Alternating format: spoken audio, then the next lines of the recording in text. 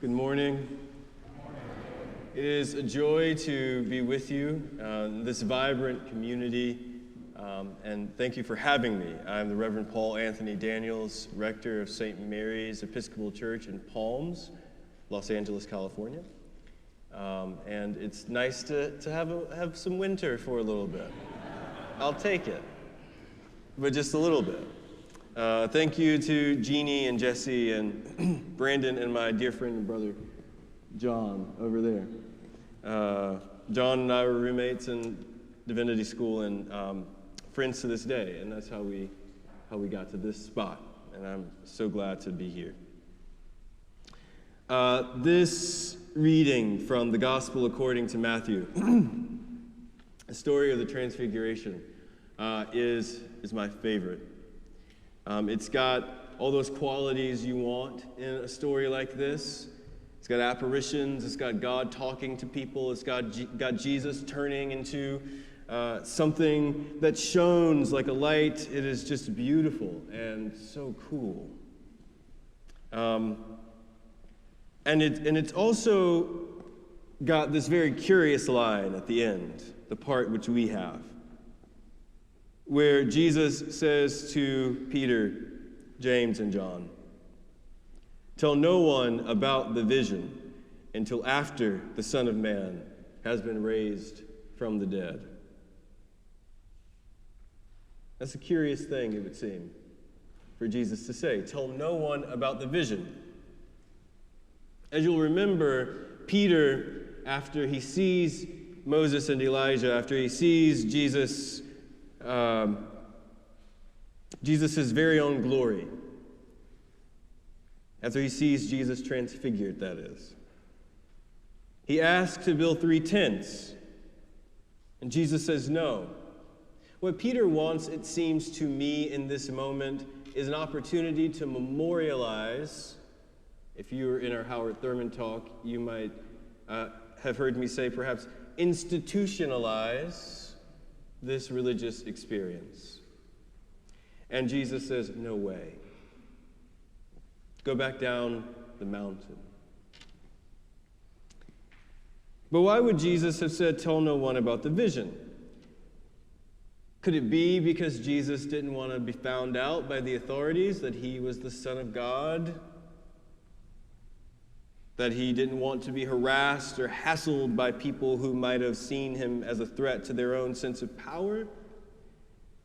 I'm going to say no, that's not why he said, tell no one about the vision, because he goes down the mountain and begins healing, casting out demons. He does things that would get him figured out. I think that Jesus says, tell no one about the vision until after the Son of Man has been raised from the dead, because he sees in Peter a kind of immaturity, a kind of spiritual immaturity, whereby tell no one about the vision until after the Son of Man has been raised from the dead perhaps means something like, tell no one about the vision until you know the glory of God in your heart, until you can witness to the glory of God with your life. Tell no one about the vision until the vision lives in you.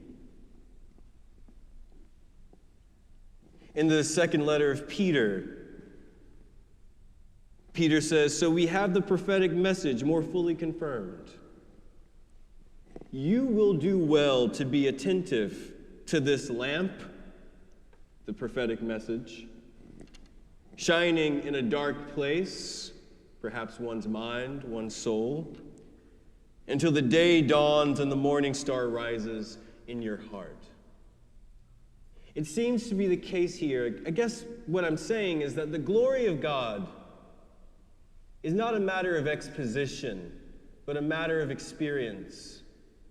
It's something that we must know, pray on, meditate about, reflect on, be in conversation with God about, surrender to God all of ourselves before we can truly proclaim it, witness to it in some kind of real way.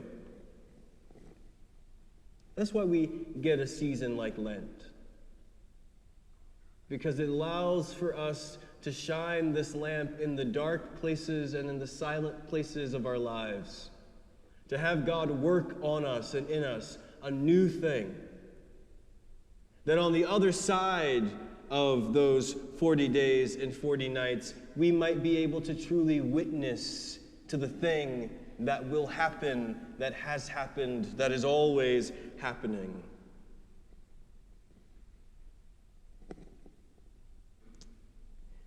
But this time we spend, these 40 days and 40 nights, asking God to work on us, to work in us, it's an encounter with our own sense of inadequacy, our own sin, our own finitude, the things that we do not know, the things that we see only when we pay attention. It's an encounter with all of ourselves. And that requires courage and bravery and prayer and grace. Jesus says to his disciples, "Tell no one about the vision until after the Son of Man has been raised from the dead."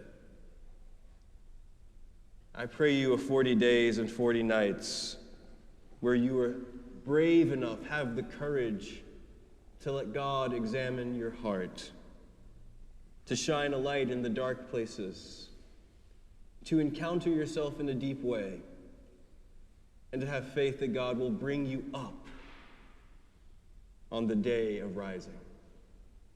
Amen.